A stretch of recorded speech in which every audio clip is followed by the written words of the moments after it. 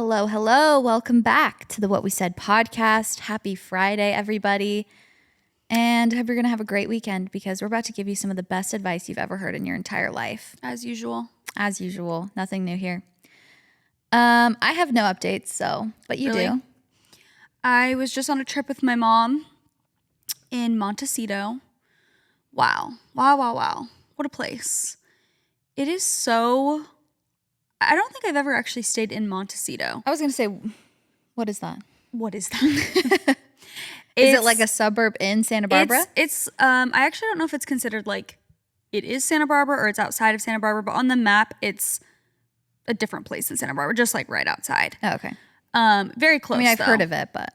And yeah, maybe it is considered just in Santa Barbara. I actually don't really know, but it's very, very close, and it's just the best vibe. So one year for my birthday, we went to Summerland, which is also like basically Santa Barbara, but Montecito is even more like upscale and luxury and rich. Ooh. I think it's like one of the richest. I don't know if it's one of the richest places in California, but I think it's like some of the most expensive real estate. It's insane. And so my mom and I like to try and go on a trip for our birthdays because her birthday's in December, mine's in January. And we've always loved like taking a trip together to celebrate. We used to do it.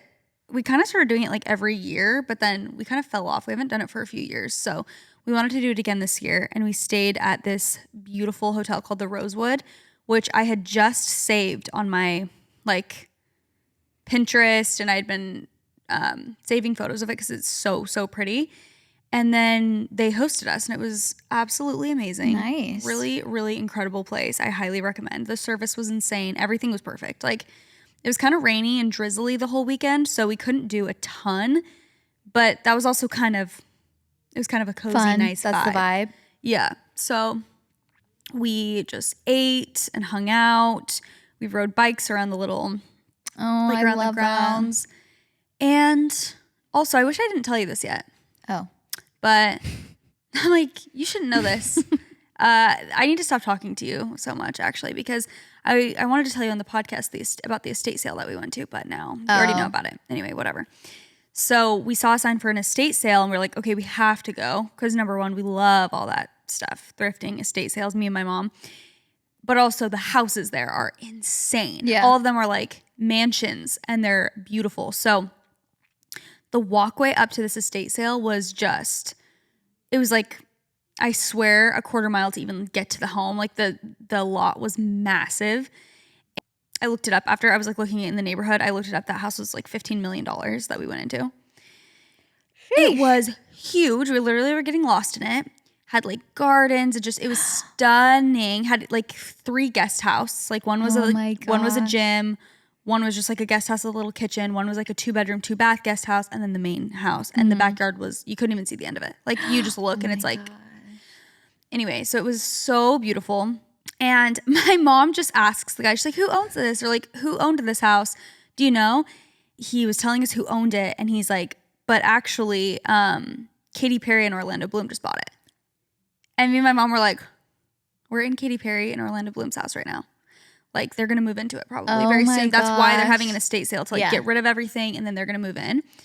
And afterwards, I'm like, is he allowed to say that to us? Like, that seems very private information. Like, they are very big celebrities. Yeah. It's not like they're, And now the whole world knows. I'm like, here's the address. There's the address. I loved it. And then the reason I'm sharing also, though, is because I looked it up, and it was kind of public. Like, it was like, Katy Perry and Orlando Bloom buy $15 million mansion in Montecito. I'm like, okay, so I guess like it's not a secret. Once you reach the top of the top in terms of wealth and fame, you're just going to have security and all of the precautions anyway. So you probably don't care as much if people know your address. Yeah. Like Taylor Swift, everyone knows where her apartment is in New York. Yeah, it's like you cannot get away with no one knowing. Yeah. That was really crazy. I'm like, wow, if they ever do like an architectural digest or like you left him a note, hid it in the house. True. Hey Orlando. Just to him. I'm like, Katy, I went to your concert back in 2016. Amazing. Here's a photo Actually, of me. It was even earlier than that. Yeah. Anyway, I thought that was insane. I was like, I cannot believe we just toured. Basically, got a full-blown tour of Katy Perry's new mansion. Oh my god. I actually didn't get anything from the estate sale, which is really a bummer. But it was a lot of big stuff, and it was actually incredibly expensive. Like I saw this piece of art, I was like, oh, that's really cool. Actually, $4,000. I'm like, I know. Okay. I hate that. Well, not at estate sales, but I went to a consignment store the other day and I was like, this piece of art is perfect for my living room. $4,900. I was like, wait, I thought I was at a consignment, like thrift store. Yeah. I thought we were thrifting. How do you know the value of this? I know. Well, consignment just means that they owned it before, or but someone else owned it, so they could know the value of the art. Yeah, but come on. I know. You definitely think you're getting a deal. Exactly. Usually I think I'm getting a steal. Yeah, there were no deals to be had in this place. They had the cheapest thing we saw was like $150, and it was also the style of the whoever lived there. It wasn't like really my style, which was very unfortunate because I was like, I need to buy something here as a token, you know, as a memory. But yeah, I didn't find anything, but it still was just such a no trinkets. No trinkets. There were such huge, all the pieces were huge. And since it's a literal mansion, it'd be like a dining table that's like 12 feet long. You know what I mean? It wasn't really small scale things because it's such a massive house. But the guy was like, yeah, they already have a house in Santa Barbara. They just wanted one in Montecito. I'm like, wow. Must be nice. That is. Except for must not be nice. Why? Well, I was telling my mom, I'm like, I just think once you get to that level of fame and money, I assume nothing really hits anymore. Yeah. It's like, yeah, you bought a house in Montecito because you have to have somewhere to like place your money because you don't want millions of dollars just sitting in the bank. So you're like, okay, where can we buy a house? Okay, Montecito. It's like, it's not like they're like, this is mansion. My dream. Probably. Yeah. I'm like, nothing just, that's kind of sad. I feel like nothing would just hit anymore. It's just like. It's like online shopping for them. Yeah. They're just like, oh, let's buy this house. I'll order it. Like not really look into it, give it much thought. Yeah. Then just one day it arrives on their doorstep. Here are the keys to your new Montecito mansion. Insane. That's so anyway, fun. That was cool. I think a lot of celebrities live in Montecito. It's very like private and rich, and yeah. We also did it. We went to an open house there. There was an open house, so me and my mom walked through it, and it was like $7 million. But it was so pretty, like just the views and stuff. I was like, oh wow, yeah. This place it's amazing because it's like mountains and coast, and good weather. I'm like, wow, that makes sense why it's so expensive. I know Santa Barbara just hits different. I feel like it's so beautiful. So beautiful. The vibes are just. Every time we've been there, I'm like, oh wait, you didn't come to Summerlin for my birthday. Yeah, I did. Oh, I always forget. No, you didn't come to Malibu. Yeah, I didn't go to Malibu. Okay. Oh yeah, you were there for that. Just tries to gaslight me. I'm like, you've never been there. Well, did we go again though? Because we went to like Solvang for Danny's. Yeah. So we've been to that area. It's all right next to each other. Yeah. We've been to that area like twice together, maybe 3 times. Yeah. And every time I've been, I'm like, oh wow. So beautiful. It is so pretty here. So yeah. Anyway, great, perfect weekend with my mom. We walked into the hotel and she started sobbing. Because it was just like so nice and beautiful. And they had they knew I was coming with my mom and it was like for our birthdays and stuff. And they had set up a photo of us. Like I'll probably post it at this point. But they set up like multiple photos just like from my Instagram. Oh, cute. Printed out. And we're like, welcome JC and Jill. She was literally sobbing. She's like, this is so amazing. I love that. It was really fun. It was special. So that is probably the number one best part of being an influencer is like you get this a little bit, you know, if you have a situation like that where you're getting a little bit special treatment and then you get to bring your family who doesn't get to experience that all the time. Yes. Makes you appreciate it. Oh, 100%. I was telling my mom like, because we were talking a little bit about, well, first of all, one of my videos kind of went like, I know once my video has left my audience and gone to a terrifying like other side of TikTok, and my like finding out I'm pregnant video, I think got onto like just people who obviously have no idea who I am. Like it went to a different kind of left field. And the comments were horrifying. Like just like comment after comment, I was just blocking. I'm like, oh my gosh, like I don't even want to say them because they're like just really horrible. But wait, you're joking? It would be like trolls or like people just confused. Like no, like okay, well, oh yeah, it was on the video of me finding out. One of them was like, oh, because I think the caption said like me or us finding out we're pregnant after 4 years of infertility, and people would be like, she probably cheated on him. Like you can't just get rid of infertility. Like these were the stupid ones. Okay, these aren't like the mean ones, but it'd be like I can't. You can't get rid. Is like he had 4 years to get out, and like now he's gonna be stuck paying child support. Like just weird, like stupid stuff like that. But then a lot of them were like, I hope it dies and stuff. I'm like, oh, I was not expecting that. Oh, like even beyond. It was like, don't get too excited. Like it'll probably die. I'm like, okay. I'm laughing because I'm like shocked. No, I'm telling you, there were tons. And my mom was with me. I was like gasping. I was like, oh, okay. I'm like, my TikTok has left my audience. Yeah. And left the building. She was like, how? She's like, I don't understand. Like, how do people say this kind of stuff? Anyway, we were talking like, about. They're probably 12. Yeah. I was like, they probably are. But my mom was just saying in general, she's like, I don't get, like, how are you.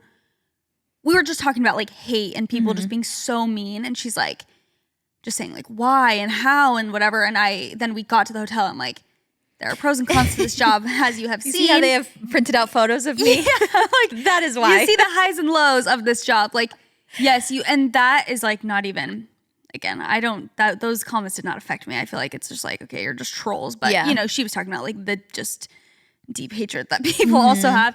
And I'm like, it just, pros and cons. I know. It's like something you have to deal with.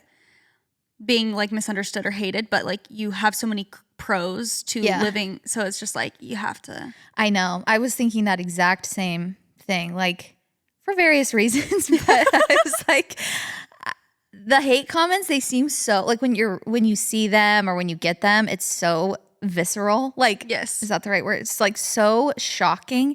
It's jarring, and you feel in that exact moment like, oh my gosh, I never want to share. Like, I want to quit my job, but then. I was thinking about that same concept, like all of the amazing things this job has brought me overshadows that a million times. Like I would trade that a million times over for like what it's given me. For sure. And I think it's like there are such highs and lows that I think people, I don't know, we've kind of been talking about this fun. recently. It keeps it exciting. I'm like, it's awesome. No, it's like people really don't like when influencers complain because it's like, you and I completely understand that perspective of like you're very privileged in a lot of ways if you're in a certain position where people are just like, why are you complaining? But I think just like when you are you and you are in the position and you're like feeling so misunderstood or hated or something, it's like hard to not let that get to you. But I don't know, it just the pendulum like is constantly swinging. Yeah. And it's just the life you live. Highs and lows of life. Everyone has highs and lows in their job. Oh my gosh, I can't stop just burping. Our highs are higher. No, please. I'm just kidding. Again, the lows are very low. I forgot that I actually do have an update, and is that I was literally alone, a single mom for a week. Oh, yeah. I was thinking, I'm like, I didn't do anything, but that's because Nick was out of town he was gone for like 6 nights. And, well, he's only supposed to be gone for 5, but then his flight got delayed, and anyways. He's gone for 6 nights. So I was just me and Case. And this was right after I saw Ballerina Farm having 8 children and doing Miss America pageant. And I was like, okay, I'm just doing, all of the household chores. Nick is literally a stay-at-home parent. He does so much. He does almost everything, like in terms of keeping the house and just getting Case ready for things and breakfast and all of that stuff. I didn't realize how much until he was gone for so long. You never know until they're gone. You're like, why is the dishes whatever? Why is the trash not out? It's exactly. Like, This is how it always goes. Do you feel this way like when Leif goes out of town? Like the first day your spouse or your partner or someone, your roommate even goes out of town, you're like, okay, it's kind of nice. I got my own place. Like it's kind of a nice day. You just get to do everything you want to do. You don't have to give time to anybody else. Yeah. So I was like, I'm excited to have, the next couple days. I literally forced him to go on this trip. He went on like a snowboarding trip. And I was like, I want you to go. I want to have some undivided alone time with Case before the new baby comes. You need a break, whatever. Then he left. And after day 2, I was like, oh my gosh, I have not like sat down and just had alone time. Like I've been going. If you want the house to be clean. Right. If you want, to be present with your child. If you want to be like playtime, mealtime, cleanup time, taking care of Sophie, taking care of the house. I was like, and heaven forbid, like working as well. It's like, how do you do it all? I had this whole new, I already appreciate all moms, but especially I was just thinking about single parents, like single moms or dads who are taking care of their kids full time, have to work, have to keep the house clean, have to feed their kids, have to make sure their kids do their homework. Heaven forbid you have multiple kids. Shout out to the parents of the world, because I was realizing how easy I had it, because I was like, oh, when you have two people who are home all the time. We tag team all the time. Sure. So it's so, if I have to go do something or if he has to go do something, it's just like, oh yeah, see ya. Yeah. Get up and whatever. You don't have to like prep for it or plan as much. Yeah. So if you're doing this by yourself, I applaud you, and you are built different. I just saw a TikTok. It was like, she's talking about, it was about Hailey Bieber. Did you see the Hailey Bieber thing? When she said she came home from work. Yeah.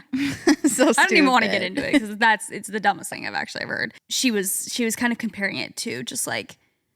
Wait, it was Hailey Bieber talking? Or sorry, no. Just someone. this girl on my For You page that I loved her video. I favorited it, but she was just talking about how like, basically, why are we still pretending that like we don't understand that she's working? Yeah. Or like that anyone that does like content creation or is an influencer or whatever, she was like, it has been around for too long now for us to keep being like, you don't have a job. It's just like, she runs a multi-million-dollar skincare brand. Yes. She is working. Like, And it's it not doesn't even matter. that she's even she is a content creator in a way, but she wasn't even talking about content creators. She was literally talking about probably at the going office. to a road. Yeah. Yeah. But anyway, and I think I didn't even watch the video of her, but I think all she said was literally like, I just got home from work and like I'm gonna do my skincare, and then it blew up and everyone's like, you don't have a job. What work? But anyway, that is besides the point. The girl was saying, she's like, it's giving people who are saying, a mom's like, oh my gosh, I'm like so tired after today, and they're like, you were home all day. Like try working. It's like,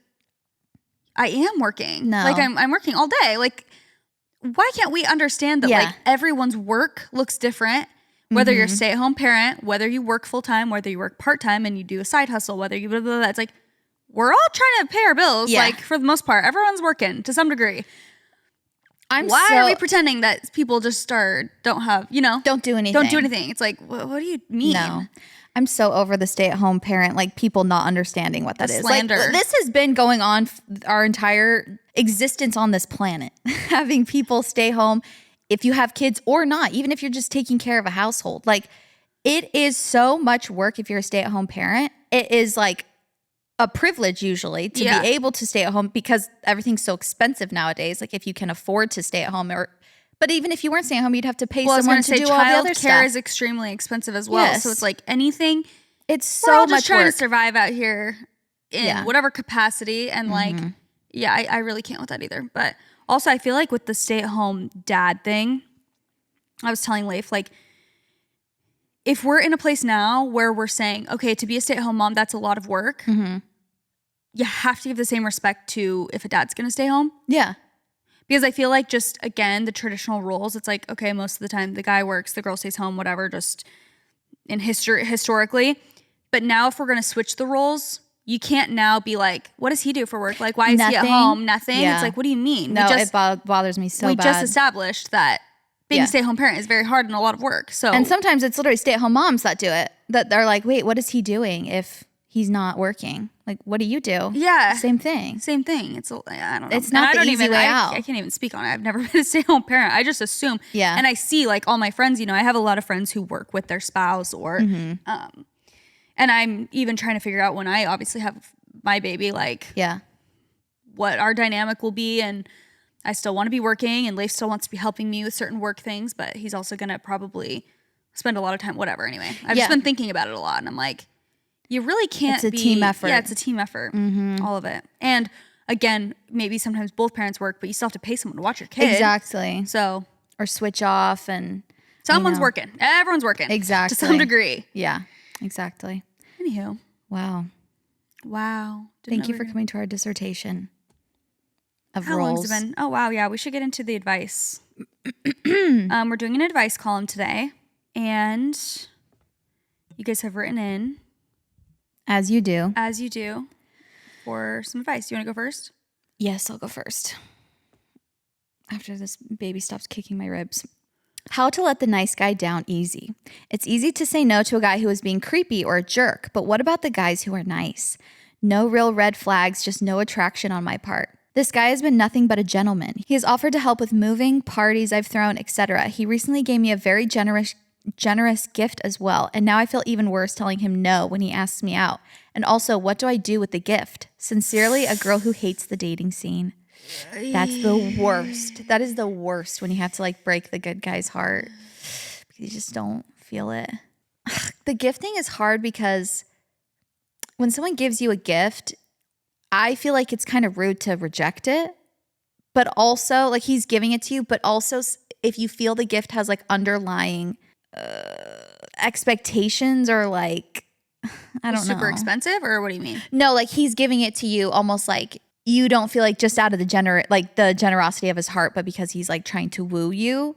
Then Like he thinks you're going to be his girlfriend soon or something, and you're like, yeah, it feels like it comes with like, if I accept this, then I'm leading you on almost, you know? I know. What is the gift? She didn't say. Just a very generous gift. Yeah, very generous gift. Is it like That's jewelry? terrifying me. I think you just have to be extremely honest with him and just don't let it go on any longer. And don't accept help from him anymore, unfortunately. Yeah, you don't want to feel more. Like you're really taking advantage of it. She's like, help me with everything. Help me move. That's the hard part. That's really hard. Because you know they're going to be there. If he's a nice guy, he'll probably have a nice reaction. That's the good news. Sometimes the nice ones, I feel like, have the worst reaction. Well, Not to scare you. Well, I think he'll be sad, but I don't think he's going to like freak out on her. If he's a very nice guy, he's not going to be like, how could you? I feel like he'll be chill a little bit. Maybe he'll be really sad. But if he's a genuine person, yeah. Sometimes like the really charming ones that are like love bombing you almost, if you reject the love bombing, they're scary. They're like, they turn into a different person. You're like, wait, I'm so glad I didn't get together with you. Yeah. Because you're actually scary. There's no other option but to just be so honest and say, I'm so sorry, I'm not feeling it. I hate that. It's hard when they're not being. I hate that he gave you a gift. I don't know if he's being super upfront. It's the other thing with guys. It's so hard to know when to reject them.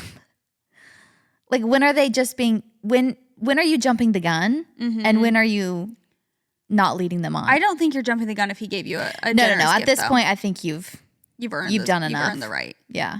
Yeah, because it's like getting further and further along. You got to cut it off. Yeah, the gifts. Point. Yeah. Did she say how long it's been? No. That really sucks. I know. You just have to be like, I don't see this going any further romantically. Yeah. And you can just say it like, I don't want to make assumptions, but I've been feeling that you're obsessed with me. No, I've been feeling that you know, I just want to make it very clear where we stand, and I don't see this going any further than friendship. Yeah. So get lost. So scram. So scram, ugly.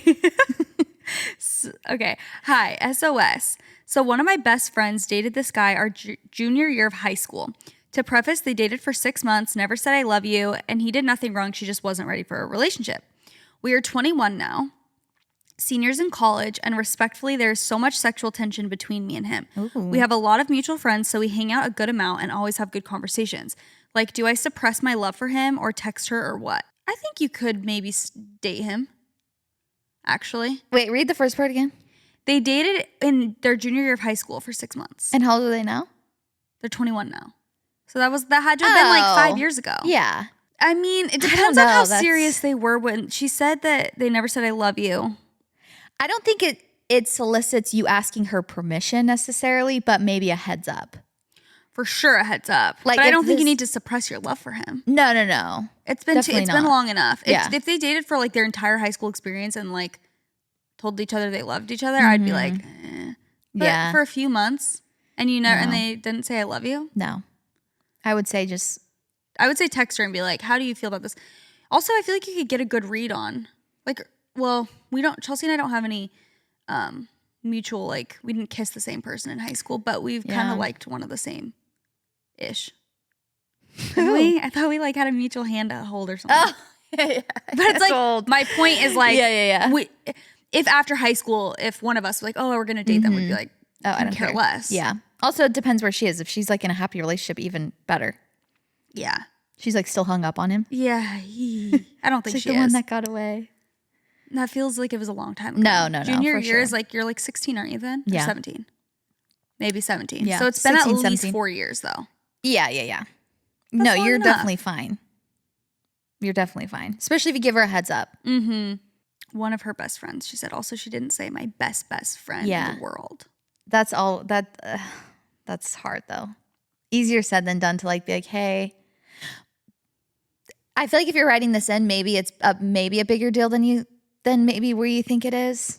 Like, if it really was just some random fling, I feel like she wouldn't feel the need to write in. I just feel like high school relationships aren't as serious unless you literally date for years and you're like, we might get married. If you're not like that with someone, then it's like, I feel like you wouldn't care. Well, I wouldn't. Especially in a couple years, that will become even more clear. Maybe they're like kind of fresh. Like 21, you kind of still feel like you just graduated like a second ago. So maybe it feels fresher than it actually is. True. But in a year's time, like, don't waste time. No. If you think he's the one, go for it. For sure. I agree. Okay. Hey girls, how do you know you were ready for marriage? I graduated from a small Christian college 2 years ago, and as you can imagine, everyone that I know from school is engaged, married, or having babies. I struggle because every time I'm on social media, it makes me feel like I'm behind in life. I have been in a healthy relationship for just over a year now with a man that I love, and every day I find myself wishing I was engaged. The problem is I genuinely can't tell if this is something I am actually ready for, or if it's the result of what I'm seeing on social media. Any advice? Maybe both. Self-aware. Yeah. I feel like you might be overthinking it a little bit, but it also probably is definitely influenced by, your surroundings. Like if you really like him and you've been dating for a year and you still, feel like he's the one, I think it's very natural to be like, yeah, let's lock this down. Yeah. But you might be feeling extra pressure because it could be both. We've been talking about that concept of just like your environment. It influences you so much, whether you realize it or not. Like who you're around and what you're seeing 24/7, you feel like that's what you should be doing, regardless of if you want to or not. Mm-hmm. So I think that your environment is definitely influencing you. Yeah. But I also feel like, I don't want to say the like when you know thing, but I do feel like if you feel very safe and secure with someone, you shouldn't be like scared to get engaged to someone. Do you know what I mean? Yeah. Like, you shouldn't be like, oh, I don't think I am. I feel like you should be like, I'm really excited. I want to be engaged to someone before you get engaged. Yeah. There shouldn't be much like iffiness. It should be pretty like, no, I want to really bad. Yeah. It's the vibes I'm getting from what you wrote is that you do want to, but you're probably a careful person. You're probably like very thoughtful, maybe tend to overthink a little bit. Wait, how old is she? She's been graduated for a few years from college, right? Yeah. So how old does that make her? Wait. Yeah. 2 years ago. Probably like 25 maybe. What I'm saying is I feel like you do. I'm not getting the vibe that you're like, I don't know about him. It's more just like, wait, am I wanting marriage because everyone else does? Yeah. But it seems like you do love him. And if that's something you want, then you want it. Also, but I do understand though. No one can know but you, girly. I know. We can't really give it that's something so deep you can't give advice on. Like, should I get engaged to this person or not? It's like, that is not that she's asking. It's your risk. Don't blame us. Wipe my hands clean. No, but it's just like, that is not something that anyone else can really like. Yeah. Tell you if it's right or not. But I think follow it is your heart. Good to be aware of the pressure. Yeah. Of like, I might be pushing this or I might want it more because of what I'm seeing. And that's good to be aware of, regardless of if you get engaged or not. It's definitely. Like, it's just self-awareness. So you'll be fine. Agreed. You'll be just fine. Okay. First of all, I love y'all and the husbands, the pups, Case, Beth, and Millie, and everyone so much. Wow. Everyone. What we said is such a source of joy for me, and the Chelsea to my JC. I feel like the four of us would be besties. Okay. My question is how to not put a timeline on your life and be at ease with just letting things happen as they do. I'm 25 and just feel like I want to have a lot of things done. Marriage, kids, being financially stable, etc. by 30, and it's probably not going to happen in 5 years. I have a boyfriend that I love and we know we're going in that direction, but I just struggle not being in control of the timing because obviously he will be the one to propose. I'm sad to think I won't have kids young. Any advice is appreciated. Wow, loaded question. Yeah, and it's kind of the same as what we were just talking about. I know. I was going to say I feel like that age specifically, probably around the same age as the girl we just were talking about, 25, 26 is also when I felt the most pressure of like the expectations you've had your whole life are right in front of your face of like, when am I going to get this done? But when you give yourself time and a few years go by, you realize like you have time, which is like the most annoying. I'm like, just wait. Well, the thing is, we live in a different time now. We live in a different generation. And I think that it's like, at least for me, and again, the environment I grew up in, it was like, my parents were married. Well, my parents actually got married when they were 17 years old. So I think we've talked about that. But I mean, that's a bit. Do people know that? I think so. Oh, my breaking actual news. Like biological parents. Yeah. My mom and my dad. they got married in high school when they were in high school. Yeah. Which is a bit excessive. I'm not saying that was normal, but you know, I was talking to my mom this weekend when we were together. I was like, if I had, you know, followed your trajectory, basically, I would have an 8-year-old, I think, right now. And I'm like, oh my gosh. And I just feel like times were very different where it's like, you got married younger, again, where at least where I'm from. Like you get married really young, you have kids really young, and you buy a house really young as well. Like all of it is just like boom, boom, boom. And I always thought of like being in your 30s as not old, but kind retirement. of. No, because this is another thing that I was talking to Leif about recently is that my mom was in her 30s when I was in high school. That is wild. So when I graduated, she was still in her 30s. She turned 40, I think, the year I graduated. That's crazy. Afterwards. Well, yeah, because she just turned 50. Yeah. So she was literally like 36 at one point when and then to now think of Leif's already 31. We don't even have our kid yet. I'm like, oh my gosh. It just seems so different. The reason I'm saying all of that combined is like, I just feel like it's a different time now where we have to like change our expectations a little bit.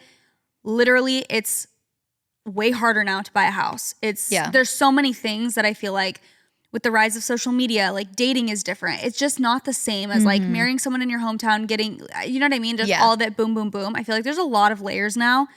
So we have to all give ourselves a little bit of grace. And I think that the timeline is shifting for like everyone I know. Yeah. It's just all those things aren't happening as young as I think that they used to happen. So I agree. Just to give you some And I do hope. think like that is you, the person who's writing this, you are at the age where you are forced to let go of those expectations. So I feel like everybody goes through that stage where they're like, okay, wait, this is how I thought my whole life was going to go.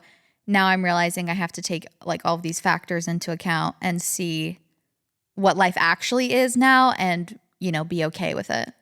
Don't you think of 30 now so differently than you did? Oh, yeah. Like, even like, that I did at 24. Young. Yes. Like, that's what I'm saying. If you, in a couple years, you will have, just have to go through the process of like letting go of expectations of what your life will look like and start accepting the new stuff that's coming. And you just become more accepting as you get older. It's like the most annoying answer. I hate old people say that, but it just is the truth. Or being like, you're young. You're like, literally, shut up. I know. But it's just the truth. I know. And you just have no choice but to kind of surrender to your life's timeline. Like truly, exactly. At the end of the day, you really can't force it. No, you really don't have much of an option. I mean, you can help certain things move along. Obviously, communicate with your boyfriend if you'd like to get engaged soon. I feel like you're that you can control. That one. You're also at an age where I feel like that's like appropriate to start thinking about. She's 25, totally. You know? It's like, I feel like that's fair to be like, I would like to get that's in the cards. Soon. Yeah. Or at least know that we're going in that direction like fairly soon because I want to have kids at some point, whatever. I think that's fair for sure. Yeah. You're fine. Don't stress. I'm just kidding. But it will be okay. Okay, this next one has a trigger warning for weight loss. I'm 4 months postpartum and I haven't lost any weight since 2 weeks postpartum, despite working out regularly and trying to watch what I eat, but literally always starving from breastfeeding. I feel the worst I've ever felt about myself. I hate my huge boobs. I hate that I still can't wear what I want. My hair is falling out and I don't even know what my style is anymore since I can't wear what I want. I'm trying to be positive and recognize I just had a baby, but I don't know what to do to make myself feel better. Wow. This is very relatable, first of all. I can relate to this. And just know you're in the literal trenches at 4 months postpartum. That is like when your hair starts falling out. The newness of it has kind of started to fade. You're starting to get back into real life. And I feel like all of the expectations of women in society being like normal again come in and you're like you think you have to have everything together, but your body's still very much healing. I can't remember the exact timeline, but I've heard people say, you know, it took your body 9 months to get to this place. Like you have to give yourself at least 9 months for your body to even heal, for your organs to literally go back to where they came from. The fact that your organs move when you're pregnant. Have you ever seen a diagram of where your organs go when you're pregnant? No, but I just saw this TikTok of this girl being like, oh, you think this is like your baby, but it's not. It's literally like your stomach, your organs, like this is your baby down here. I'm like, yeah, your baby's so low. I'm shook. It's so weird. It is so weird. No wonder you have indigestion I wish I had a diagram to show you guys right now. I didn't screenshot it, but I'm sure you could look it up. Everything just like gets shifts. just moved around, and then after the baby leaves your uterus, I think it's like 25. It gets 25 times, I think, the size that it started out as. Like your uterus starts like this, and then it literally gets like this, and then it goes back down to this. So when you look pregnant still after you've had a baby, it's because your uterus is still like trying to contract to get back down. I was just thinking about how like societally it's, and I'm like a part of it too, I feel like, to a degree, where societally it's just so like impressive to see someone, I don't want to use these words, but like bounce back after pregnancy. It's like if like in a month they look almost the same as they did, you're just like, oh, that's amazing. And like I've been thinking of just about how, first of all, unimportant and like kind of just weird that is that we focus so much on that. How like, fast does your body like go how back? fast did it go back? It's like, why are we like, it is. And again, I'm not invalidating her like 100%. I feel like it's so weird to have your body be shifting and changing and like having all these emotions. I'm just saying like from an outside, I think it's so bizarre that we all like think about that and judge that of other people. It's like, how fast are you gonna go back to what you were? Back. It's like, I don't know. It literally is being like, how fast is your uterus gonna go back to the size it started as? It's like the weirdest things. Yes. You know what? I reposted this thing and so many people replied to it when I posted it and like shared it and were liking it, and I was like, okay, yeah, so we're all feeling this together. It was that like TikTok of the girl, and I've actually been seeing the audio a lot now. Oh yeah. Of her basically being like, I've never seen someone in public and like thought about their body for more than 2 seconds. Like I've never, you know, when I'm saying like, oh, I can't wait for you to meet my friend, it's like I'm telling them like how funny and awesome they are. I'm not like, her arms are tiny. Like it's just like it's so unimportant. And I don't mean to invalidate, but I think that helped me a lot. Like even just as my body's like shifting a little and stuff through pregnancy, I've been like, oh, this is kind of like, this is an interesting experience I've never had before. I've just been thinking about how truly unimportant the way my body looks is. It simply just doesn't really matter at all. And again, societally, I think when you hear these things of like, oh, she bounced back so fast, it's like it makes you feel like you need to do the same. But in reality, or you're failing, or you're almost like a bad mom if you don't bounce back. It's so like tied in. It's kind of just like the ultimate woman stereotype of like, I need to have all of my ducks in a row. I need to bounce back. I need to be, you know, my kid needs to be behaving perfect. I need to be, you know, not losing myself in motherhood, but also I need to be home all the time. Like, but also I need to there's just so much that it is very valid to feel like a failure. Or like some you're drowning in some way. Yeah. And I definitely like postpartum is hard in terms of like body image for most people. Some people not, but from me, like I will just tell you how I felt. I felt the same exact way. Like your body's just different. And it's shocking. It's not even that you hate it. It's just shocking and new. And you have clothes that fit. You have bras that fit. You already have everything that you're used to, your body looking a certain way. And it changes so fast. And then you have to get adjusted to the newness of everything. So it's just a lot. It's not that it's bad necessarily. And like, even with the huge boobs, I hate that too. And my boobs like change size. I have had the amount of different bra sizes I've had in the last 4 years. I've gone from like a double D to a literal training bra to like after breastfeeding, my boobs were gone. Now they're big again. I literally have just so much fluctuation. I could dress a whole choir of girls with the bras that I have in my closet that I'm just like, I can't get rid of these. I don't know what size my boobs will be next week. It's a lot to take in. And I feel like when you look at yourself every day, you start to get used to it. Then when it shifts so fast, you're just like, wait, what? Now you lose your sense of style. That's also like a weird thing, but it's also frustrating because you're like, I don't have clothes that look the same on me anymore. Yeah, like I thought you worked so hard to get, you know, a capsule wardrobe or like, you know, clothes that you feel comfortable in. And then when those clothes don't fit anymore, you have to start from scratch. And your hair is falling out. Yeah. And you're just like, what That's a lot. is happening? Your back hurts from breastfeed. It's just a lot. Just be easy on yourself. Yeah, give yourself time. And know that no one else is like judging you and looking at you being like, ooh, she needs to like, no one. I mean, unless they're losers. It's like no one really cares. No, definitely not. You're just doing your best. Yeah, you're doing the best you can. I would find myself, I'm just saying this to validate other people's feelings, because when I would hear other like postpartum moms talk about it, I'd be like, okay, I'm not, weird or dumb. I would compare like how I would see a girl who just had a baby and be like, how many months postpartum is she? And then I would try to compare to where I was. And I'm like, oh my gosh, she's like so much further along than me. She's already back at the gym. Like, she's already whatever. And it just sucks. And so you just have to like, especially if this maybe is your first baby, like just work through it and just give yourself grace. That's literally the only answer. You just have to.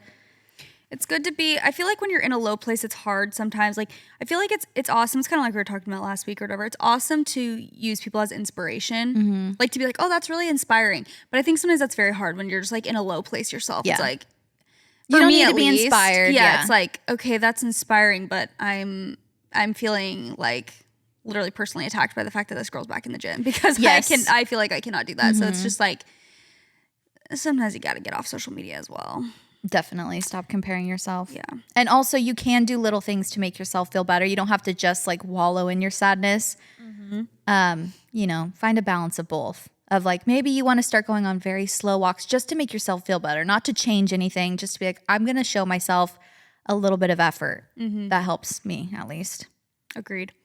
Okay. Hi, ladies. First of all, I love the pod and your personalities. Thank you. That's nice. I need help. My future mother-in-law has no boundaries. Awesome. My fiance and I are getting married in a couple weeks, and there have been so many times that she has crossed the line and made wedding planning a nightmare. She's the classic still in love with her son mom. My fiance luckily is an angel and recognizes how crazy she is.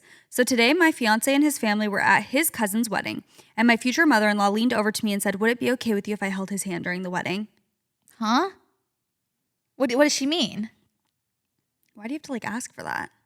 Yeah, like just the whole time? Like, that's just something you would do naturally, like, in the moment. If you're like, you know what I mean? Yeah, like, are they standing up? Like, they're just sitting next to each other? She means, like, sitting. They're going to be holding hands the whole time? Like, why are you planning it? That's bizarro. Okay. I was too stunned to speak. He's just, like, holding your hand and sucking his thumb the whole wedding. Just being dragged around. Careful. He's going to breastfeed next in the freaking bathroom. I was too stunned to speak. This is my wedding. Oh, wait. Oh, she's saying like during their wedding. Like she's like, oh, speaking of weddings. No. Do you care? No, because she said today my fiance and his family were at his cousin's wedding. Yeah. And she leaned over to me and said, would it be okay if I held his hand during the wedding? I don't know. Sorry, what? This is my wedding and I should not have to feel like I'm competing for my fiance's love and affection. I don't want other guests to look over and see my fiance holding hands with me and his mom. He should be holding my hand and my hand only. Wait, what? What? I'm getting confused now. Here's what I'm assuming from that. This is what I'm drawing. Maybe they're sitting watching the ceremony and he's like holding her hand and the mother-in-law or the mother of the groom is standing up there that they're watching. And she's like, oh, what if when you guys are doing that, he's also holding my hand? Do you know what I mean? I know what you mean. But also, is that normal to have a mother-in-law up there? I don't think that usually they would be up there. That's why I'm confused. No. Because I've never... Or maybe not in that situation. Maybe it's another time. Like a dinner or something. Yeah. But that's what I'm assuming. She's like, oh, when this happens at your wedding, may I hold his hand? This girl... What the freak is your problem? How do I tell her to back off? No. She's got to stop. That's Ask her questions so weird. Make her feel dumb. Wait, you want to hold his hand? Ask for clarification like 5 times. Wait, like, literally be like, so when do you want to hold his hand? For how long? Why? Like, I've never seen that. Never heard of that. For I'm what? Really Say, is your husband going to be there? I don't like this at all. No, that's freaking weird. Such a small thing. Can I hold his hand during the wedding? No. His whole wedding? She's holding his hand? It's so hard. I thought she meant like at the cousin's wedding. I'm like, okay, you're being weird. Yeah, sure. I really hate this because the thing is we just don't have to deal with this kind of stuff. Like we have never had to deal with, it's too hard for me to even picture Leif's mom. She would say that jokingly to be funny, but like she would never say that. So I'm like, I can't even imagine having to actually deal with something like that where it's like, oh wow, you are so weird. And I have to constantly just be like, putting my foot down in weird ways where it's like, what? Why are we talking about this? Also, she's probably asking you so that you'll say yes because she knows it's like awkward for you to say no almost. Instead of I bet if she asked him, like, can I hold your hand? He'd be like, what the freak? No, I'm not holding my mom's hand at my wedding. I'm a grown man. Probably not. He probably goes along with what she No, says. true. Based on the person she is, I don't think she's getting told no very often. You know what I mean? Some people like that, it's like you just can't, you just go along with what they say. You gotta let go. Like, you've gotta let go. I know I'm saying, like, as a boy mom, I mean, he's only 2. I'm like, you've gotta let him go. They've got to leave the nest. But I just know it. I can understand it to a different degree of, like, it's even more confusing to me now because I'm like, I do understand your children. You want, like, that feeling of, like, oh, cuddles. Like, I want you to be little forever. But at the same time, you don't think of your son as your boyfriend, a grown adult, as a boyfriend. It's like you still treat them as your son, as an adult, not a son as a baby. Do you know what I'm saying? Yeah. Like, that's even more confusing to me. It's like I feel like any normal person is just not doing this. No. Like, you just understand that when your kid grows up, there are certain things you will no longer be doing with them and you will no longer have access to. Yeah, and I do actually, now that I'm thinking about it, I'm like, actually, I am. I will be holding Casey's hand at his wedding, actually, yeah. I'm like touching his shoulders the whole time. No, I was thinking, I'm like, at Case's future wedding, if he so desires to get married one day, I'm thinking, like, the whole time I feel like I would be with Nick and be like holding Nick's hand, like, oh my gosh, like, our son is getting married. Right. So I'm like, I actually see how people could go down this terrible road if they don't have a good relationship, or even a husband in general, like, right, or someone that a partner, yeah, because I feel like I would be basking in the celebration of, like, oh, our son's growing up, like, but understanding that they're, like, moving on to like a little bird fly, right, you know, right, not gripping on too tight. Literally gripping. Quite literally gripping onto the hand. She's like leaving marks in his hand. I'm terrified of this woman. Yeah. No, you gotta say no to that. And she's gotta stop. Truly. Yeah. Like, that's too far. It's too much. Sorry. Yeah, what can you do, though? Like, you can just say no for the rest of your life, but, like, the real solution is give that woman a seminar. Why do people just have to be so weird? It's like, because I really hate the notion of, like, cutting people out of your life and being like, my mother-in-law's toxic, we will never see her again. But, like, some people are just so weird. Yeah. It's like, it's more annoying I don't want to be around you. It's more annoying when they're just weird because you don't have really a good reason to cut them out. It's like, you're just kind of annoying. You're just kind of bothering me, but you're not harming me. Like, you holding hands at my wedding is not harming me. Right. It's weird. That's right. So then it's like, it's even harder to say no to those people because you're like, because it's like, what? I'm not doing anything wrong. You're not going to understand because you obviously want to do it. So if I'm like, that's weird, you're not going to be like, oh my gosh, you're right. That was so silly. Yeah. You're going to be so offended. Yeah. Good luck. Good luck. Hope Bye. it goes well. Just slap her hand. Like, give her a little slap on the wrist. Yeah, slap on the wrist. Condones violence. No, you literally need to say no, though. Like, you got to be like, sorry, I don't want him to be. But did the moment pass?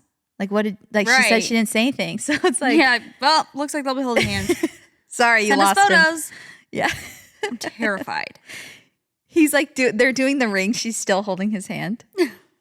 So my husband and I are expecting a baby girl in a few months, and we have a name picked out that we're absolutely obsessed with. The problem is his younger sister, who is my best friend, already called the name on multiple occasions. It was the name her parents were deciding between when she was born, so I guess it kind of makes sense. She's not close to getting married or having a baby anytime soon. Like, what if she doesn't end up with any daughters or her future husband hates the name? I feel bad stealing it from her, but we literally can't picture another name for our daughter, and I feel like I'll regret it if I don't use it. What should I do? Wait, this sucks. Also, did you get the name from her? Right. That's the tricky part. Because if you got the name from her, that's girly, rude. I'm so sorry. That's just the law of the land. Yeah. Like, if she gave you the idea, even if she doesn't use it, it's just not right. No, I feel like you can't in good conscience use something you literally were made aware of through her, and then you're like, actually, I want that because I got married first. Like, that's really rude. But if you thought of the name separately, what is the name? That's hard because it's like, it's not I almost feel like a friend is better because their kid, it's like, okay, who knows if they move away or something, and you know, your literal cousin is going to have the same name as you. You know what I mean? It's like, you can't have cousins having the same name. Yeah, you could, but it's a little closer to home. For I know. Sure. I was telling my brother, I was like, I might name, this is when we were naming Case. I was like, I love your name, Lad. I was like, but they didn't know what gender their baby was going to be yet. They were like waiting until the end, and they were due super close. And I was like, would you ever use Lad for your boy's name? He's like, I don't know, maybe. He's like, but you can use it. I'm like, oh, and they're 6 weeks apart and they're both named Lad. Like, no, I need to know if you're going to use it or not. Like cousins, that's weird. I have like unless they're like 10 years apart. I have like a weird trigger with baby names. Like I am actually so problematic. Like I feel like it really probably is because I just didn't know if I'd ever be able to get pregnant, and I wanted to like use, which the irony is so deep now that I've had like specific names that I'm like, oh, I hope no one uses it. And I've had, and I know that people can have the same baby names. Like you can see someone online that has the same name as your kid. It's really only if your literal best friend or their cousin or a sibling uses someone the they're going to name. be around all the time. Yeah, someone that's really close. It's like, okay, maybe I don't want them to have the same name. But I feel like I'm weird about not weird, but like just for so long, I'm like, I would have certain names in mind, and I'm just like, oh, please, like I don't want this to get stolen from me, even though I didn't even invent it. But it's like, I don't want to see someone I know. Even how I feel is like, even if I know someone pretty well, or it's like someone who I'm online friends with, I'm like, now I can't name my kid that. I just feel like it would be weird. Yeah. If it's not a super common name. Yeah. If it's a very classic name, like I think it's more fine. I agree totally. You know what I mean? Yes. So I feel like I'm more like territorial about. I'm just like, oh, I want it, but I don't know. Maybe that'll change now that I'm actually like having a kid. I feel that. I feel like it's normal to feel that as well, especially before you have a kid. Afterwards, like if someone were to name their kid Case that I knew, I'd be like, well, I had it first. You did it first? Yeah. It's like now I don't care as much, but before it happens, you're like, yeah, I need. Well, and you don't want it to be, again, this is like, but you don't want it to be like you stole it from, like if you've thought of it for like a year and you're like, I love it. And then someone on social media that you kind of know like uses it. It's like, oh, well now are they going to think like, I just like copied their name? Like I've been thinking of that for a year or whatever. Who knows? Know. But it's so hard. Back to the problem at hand, because we forgot about you. We're just saying our baby names now. We're like, names I love but won't be using. New video. Yeah, I agree. I think if you got it from her, it's off limits. But I don't know. That's a toughie, because also what would suck is if like you don't use it and then she doesn't either, and you're like, exactly. Cool. Why couldn't I have? I err more on the side of don't use it, to be honest, just because I feel like you can find a different name. I don't know. There are so many names. But that's hard if you literally are like, this is my kid's name. But sometimes when you hear someone else is like thinking about it, or it makes you want it more. So maybe that's why you're like, oh, it is cool. Okay. Maybe that's why you're so like, I've had names where I'll have it on my list. And I'm like, yeah, that's okay. And then I'll see someone else on social media. I'm like, dang it. Like, I really wanted that name. I'm like, wait, did I? Or does it just seem more appealing now that other people Especially if someone's like cool and you like their vibe, and then they name their kid that, you're like, okay, so I was onto something. Or they're they're like, this name's on my list. Yeah. Like, oh, maybe that's just the competitive Aries in me. But I agree. But I feel bad for you. I do. I feel bad for you. I also don't think it's like, your baby doesn't need to have the most unique name in the entire world that no one else has ever had. And not that that's the situation. It also depends, on how unique this name is. If it's like Elizabeth. Right. It's like, well, I've had that. If you've had it on you can also be honest with her. Be like, honestly, I've had this name for forever as well. But now that it's here and now that I can, really picture it, name just fits. Maybe put her first name as the middle name. Say she's named after you. You know what? I will say there's someone that I knew like that named their kid something that I had thought was like a name I really liked. Mm-hmm. And at the first, again, this is when I was like, I didn't know if I'd ever even be able to get pregnant. So I was like extra sad. Just like, oh my gosh, like, okay. Because I felt like it was close enough to home where I was like, I can't use it now. And I was like, wow, that really sucks. But literally after like 2 days, I'm not kidding, I was completely over it. And I was like, oh, I wouldn't have, I don't know what, maybe it's because they used it. I was just like, oh, I actually don't think I would have used that name. I got over it very quickly. Definitely. But I do feel like if she's like talked to you a bunch about it, you do need to say something before she just sees you announce it. Yeah. Definitely. And she's like, what the freak? Also, what is the name? Because if it's literally like Emily, then I think it's free game. But if it's something more unique where it's like, okay, that's pretty specific, and like she's the one who thought of it, I know it does suck, because she probably, if she's not even close to thinking about that stage in life yet. It's like she probably won't name her kid that. I feel like, unless it's the most meaningful name ever to her. Yeah. I know like very few people who are like, I've had this name since I was 15 years old and now I'm using it. Very few people. Yeah. Which usually is scary. Shifts. Yeah. Okay. If that was true, I feel like everyone, did you have this name on your baby list when you're in high school? What? Guess a boy name. A boy name. That if you're like, if Crew. I had, yes. Crew and Brinley. Like and for what? a girl, like Brinley or I something. thought you meant for a boy. Oh, yeah. Like something Brinley. like that. 100%. Literally, Nick and I were just talking about that. He's like, when I was in high school, like I thought the name Crew was so cool. I'm like, Universal. It was like that time. Yeah. It still is a it cool is name, cute, but it was honestly. so popular. Yes, it was so popular. It actually scares me how all of us are just sucked into an algorithm.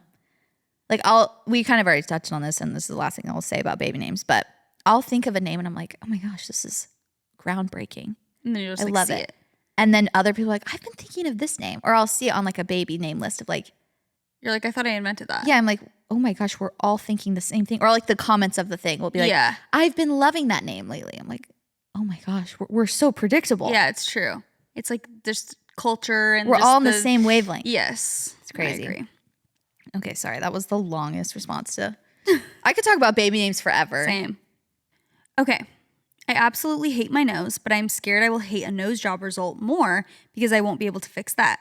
I haven't liked my nose for years. I got the courage to find a doctor for a change, and I saw the before and after, and he gave all the girls the exact same nose. Some I even liked their nose before more. If you have any advice for the plastic surgery thought process and how you know it's right, I would love to know. Well, this is also a very loaded question because it just is so dependent on you, your personality, what you want. I feel like obviously as someone who has got plastic surgery and feels like no regrets from doing so, I just feel like it was such a great decision for me. Not that I'm like, I'm pro and you should get it, but it really did change my life in such a positive way. And I was just talking to my mom because if you guys know, Jilly got an eyebrow transplant. And she shared about it on her Instagram. If you want to look at it, because it's such like an interesting thing that I literally didn't even know existed. But we were both talking about it this weekend. We're like, we're both so happy. She was like, I'm so happy I did that. And I would literally pay double what I paid. Like that's how much I'm so happy that I did this. And it literally changed my life. It's crazy what eyebrows can do for you. Yeah. And she was just saying like she used to hate anything where her makeup would get washed off or like even getting in the shower when she had like no eyebrows. She would just like look at herself in the mirror and just be like, ugh, or like, you know, anything with her face getting wet or even getting a facial. She's like, I hated like afterwards because it's just like now I have to put my like try and draw eyebrows back on or whatever. And I was just telling her how I'm like so happy with my chin too and how it's like completely changed my life in the best way. So it's hard because I feel like it really can be such a, just if something bothers you and you think about it every single day, it's like you either have to accept it or just change it. Like I feel like you have two choices. And so, but what I will say about this is you shouldn't go to that doctor. No, you definitely you should not be going to that doctor because I really researched for my chin before and after pictures. And I looked at multiple doctors like in LA, in Orange County. I was like really doing my research because you don't mess around when you're talking about your face. Like you do not mess around. Especially your nose. That's the center of your face. Yeah. And so I just felt like I did a ton of research. I did a consultation. I wanted to like feel good vibes from my doctor. I wanted to whatever. Anyway. And I felt really good about it going into it. I really wasn't like scared or hesitant at all when I was going in for the surgery. I just felt like very excited because I'd seen a ton of before and afters and they were all very natural. And he talked me through every single thing. I looked at the different sizes of the chin implants in person. Like I could see them. And again, I know that's different than a nose, but he was like, here's what we could do. He's like, we can do small, medium, whatever. And he was like, I would recommend medium for your face. He was telling me, and I was kind of like, oh, should I go small? And he was like, I will say, you know, he's been doing surgery for this many years. He's like, sometimes the small, it just doesn't make enough of a difference to someone. Like once they're healed, they're like, you're going to go through all of that. Yeah. He's like, this one will like balance you very nicely. They photoshopped a photo of me to show me kind of what it would look like. Like, oh my God. They just went very in depth. And so I was like, I feel so comfortable and confident. You don't go to someone who you're like, I don't really like the noses they do. Like, no. Definitely not. You got to shop around. You need to be going to someone. And again, even with paying for plastic surgery, like I personally did a payment plan. So I just paid like monthly for it, for how it was like interest free for a certain amount of months or whatever. So that was the option I went down, or the road I went with. But like that's something also you don't cheap out on. Like it is your face. Yeah. So you don't go to someone just because like, oh, I don't really love the noses they do, but it's cheaper. It's like you'd be better off to save more. Yeah, to like wait and go to someone who really you like their results and you've whatever. Maybe know someone who went to them, whatever. Oh my gosh. I've had a few people that I kind of know personally go to my doctor actually get the same exact thing as me. Really? Mm-hmm. Yeah, you have to like their works, but your nose is so... It's literally the focal point of your face. Yeah, it's so unique as well. You don't want to go to someone who's, you know, not a good artiste. Exactly. You want to have the shape, the structure that you want that is going to complement your face. That's the scariest part of nose jobs, I feel like, because they can look worse than when you got them. That's like one of the surgeries that I feel like can go the most wrong.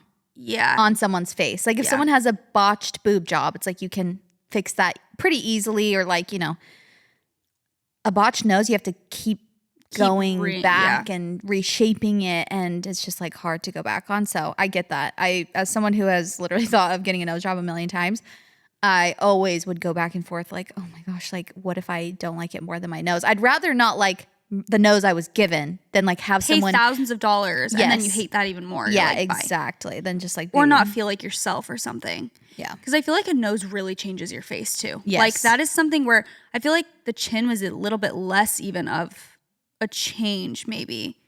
I mean, I think it changed me a lot. Like when I look back at old photos or videos, I'm like, oh wow, I feel like my face has changed a lot, but it's also is a bit subtle. Yeah. I don't know. I was going to say it's not as like your nose is so structurally like part of your face, but from so many different angles, and it's something, I don't know. It's just something that never changes on you either. I feel like boob jobs, you know, liposuction, things like that. It's like you can kind of fluctuate, gain weight, lose weight. Like it looks different, but noses never change. Like no matter if you're in the best shape of your life, if you're not, I've seen something about pregnancy nose or something. I'm terrified. Oh, yeah, it's like your feet too. It just swells.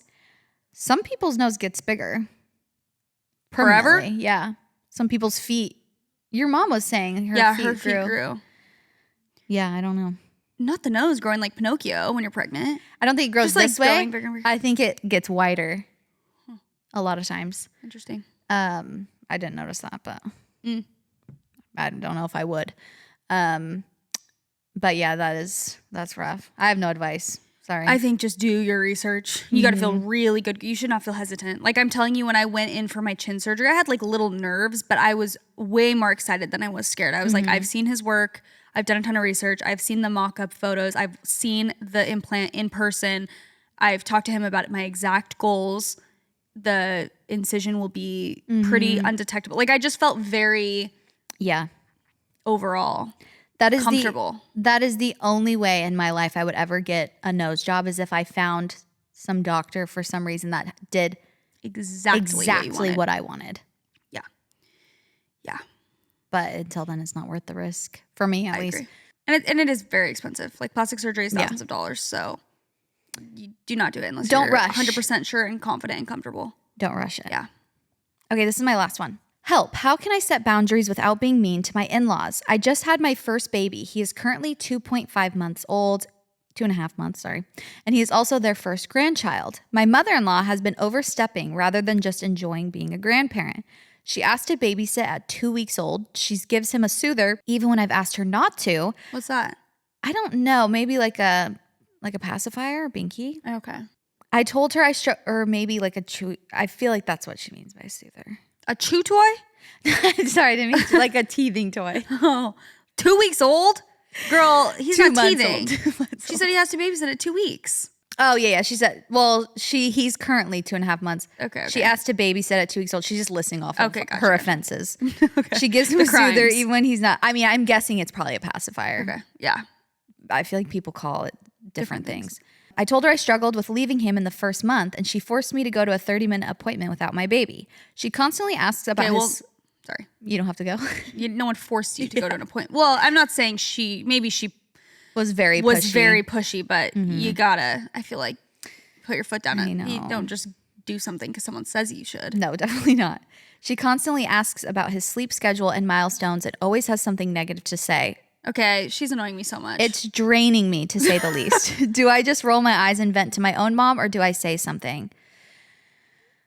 Oh my god. Depends on the circumstance, because with certain things, like if you don't want to leave your child with her, be like, sorry, no, I don't really feel comfortable with that. But there's certain things where it's like, if it's worth your effort, whatever. But most of those things are annoying enough that you could say something. Like if she drops one kind of passive aggressive thing about milestones. First of all, milestones are so like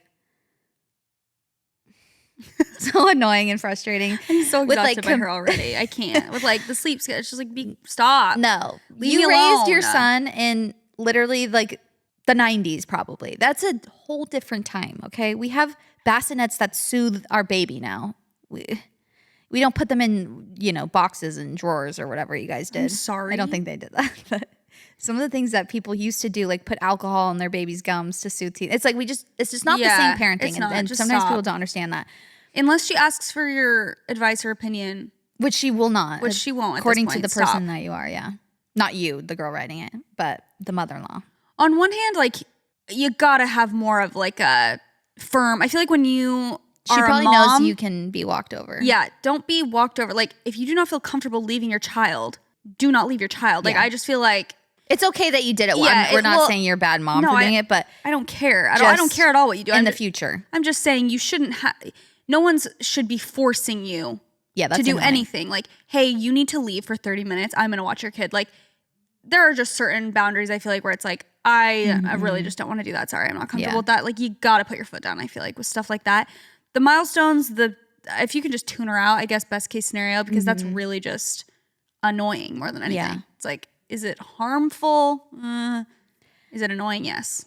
Yeah, you can annoy her back. That's one of my favorite things you could do is like if she's saying annoying things about milestones, hit her with some new studies that they found that maybe she gets annoyed with, like, well, nowadays I read this parenting book, but things that like that generation hates to hear. Yeah, for sure. Because it makes them feel attacked. I think that's part of it. Everyone just feels like they did an amazing job parenting and they just want you to do exactly what like, that's how I feel. Exactly. It's just like, oh, well, when I was a mom, I would just do this with my babies and it worked so well. So you should do it too. It's like, and again, advice is fine if I asked. But if I ask, that's the thing. If you ask. And maybe it seems like you're probably just really nice. Like you're probably too nice. You probably, want to make her feel included in the process. You're probably telling her, about their sleep schedule, about their milestones that they're doing. Maybe you're even expressing some concern, almost sometimes to like make her feel. Well, I was going to say, I have a toxic trait that I can admit now. That's like, I can admit now that I feel like, okay, you tell me, well, you just tell me what you think. Like, okay. Sometimes for me, if someone, which I'm not a parent, so I always know my place where it's like, I would never give someone advice because I literally have no idea. Like, if they're like, my baby cries, it's like, who am I to be like, you should do this? Like, I don't know what to do yet. So I'm not really saying I want to give them advice because I don't know what to do. But I do feel like sometimes if people are complaining about something, like I can't even you really want to fix think. it. Yeah. In my mind, I'm like, then change what you're doing. Like, is that rude? Like, should you just let people, just that thought. Oh, in parenting or just in general? Really, I guess anything, but I just feel like wanting to control people, maybe. No, not control them, but it's like, yeah, like if you're complaining like all the time, it's like, oh, I just get no sleep because this and this and this. With my kid, I'm like, so then change the schedule. Like to me, I'm like, doesn't that seem like logical? And I feel like what I'm saying is maybe if you're complaining to your mother-in-law, then she's like feels the need to step in and be like, well, you should do this with their sleep schedule then. But if you're not complaining, like, I don't know why she's stepping in, but either way, like, I feel like even for me, I'm like, I just need to let people like complain and vent because I don't know the solution. Yeah, and I feel like that's kind of judgy of me to be even like, if they're like, oh, I just, this and this I'm going through with my baby. Like in my head, I'm like, then change it. Yeah. Like to me, I don't understand like, why are we doing the same thing over and over then? Yeah. Like change it. But is that rude? I don't think it's rude. I mean, I don't know. It's just like, I guess I'm just trying not to give the mother-in-law the benefit of the doubt, but like, I'm just saying maybe a reason she's bumping or like stepping in is if you're like, I'm not getting any sleep and then, or something. Mm-hmm. And then she's like, well, then change the sleep. And you're like mad at her for saying that. Yeah, but maybe you're kind of opening it up in a way. I'm just saying maybe don't complain to her specifically if you don't want her thoughts. Yeah. I think sometimes people make the mistake of venting to the wrong people. I think that's what it is. It's like, you want to, as, whatever struggles you're going through in this scenario, with a newborn, you want a place to go to complain or to vent or to talk about the things that have been hard for you. You want like a safe place to do that. And a lot of times you do feel like that is other moms or like older women. You're like, oh, you're supposed to be like the person you're guiding me through this a little bit. I can come to you and I can feel like a safe place to not feel judged and to be like, it's really hard that like, we've been trying to get my baby to sleep or blah, blah, blah, or he's not crawling or whatever it is. You want a safe place to talk to. And sometimes when that person that is supposed to be the safe place is judging you and starts giving you advice that they don't mean it like this, but it makes it feel like you're doing something wrong and that you've failed. And I feel like as a mom, it's so hard. That's just not what you want to feel like. Yeah. It's like of everything I've done in my life, at least, like the last thing that if I feel like I'm not doing good at work, it's like, okay, like I can get better, whatever. If you feel like you're not being a good mom, it's like it feels guilty, earth-shattering. Like you just feel like so guilty. You feel so bad. So when you feel like someone's judging you, you're like, oh my gosh, like I'm trying, like, and you feel misunderstood. Then you immediately like, okay, I guess I'll just suffer in silence. Yeah, and not tell you about any of my struggles. Yeah, so I would just say she's probably not a safe place to vent to. For sure. So and I would just have pretend to know your audience. Sometimes you just gotta be like, everything's great, everything's fine. I'm not worried about the milestones. If she says something unsolicited, like, why isn't he sitting? He should be having more tummy time. Like, just like, I'm not worried about it. He's, if you act confident, she might back off a little bit. Yeah, for sure. Yeah, you gotta vent to the right people for sure. Yeah, sounds like your mom. If you're saying, just go to your own mom for it. Just find the people who you're like, okay, you are a safe place for me to say this, and I know you trust me. So yeah, definitely, I agree. Well, this ended up being a long one. A long Friday. Yeah, sheesh. Wow. Sheesh. We're giving you guys, I guess video just makes us chat. I thought it would do the opposite. I know. But here we are. We just can't get enough of ourselves. Thank you guys so much for listening. Thanks for watching. Again, we are available on YouTube if you guys want to watch. We're very matchy today. We're the opposite. We're like the angel and devil on your shoulder giving you advice. Even our hats are kind of literally the same. Anyway. I know it seems like we plan it. I mean, we kind of do. Like, you were in a sweat set, and I was like, I'm already in a sweat set, but we're already wearing these outfits today. I know. Okay. Anyway, thank you guys so much for watching or listening. Make sure you're subscribed on Apple Podcast app if that's where you want to listen, Spotify, to be notified when new episodes come out, or subscribe to our new YouTube channel. Either way, we appreciate it all. We love you guys so, so much. And that's what we said. Bye.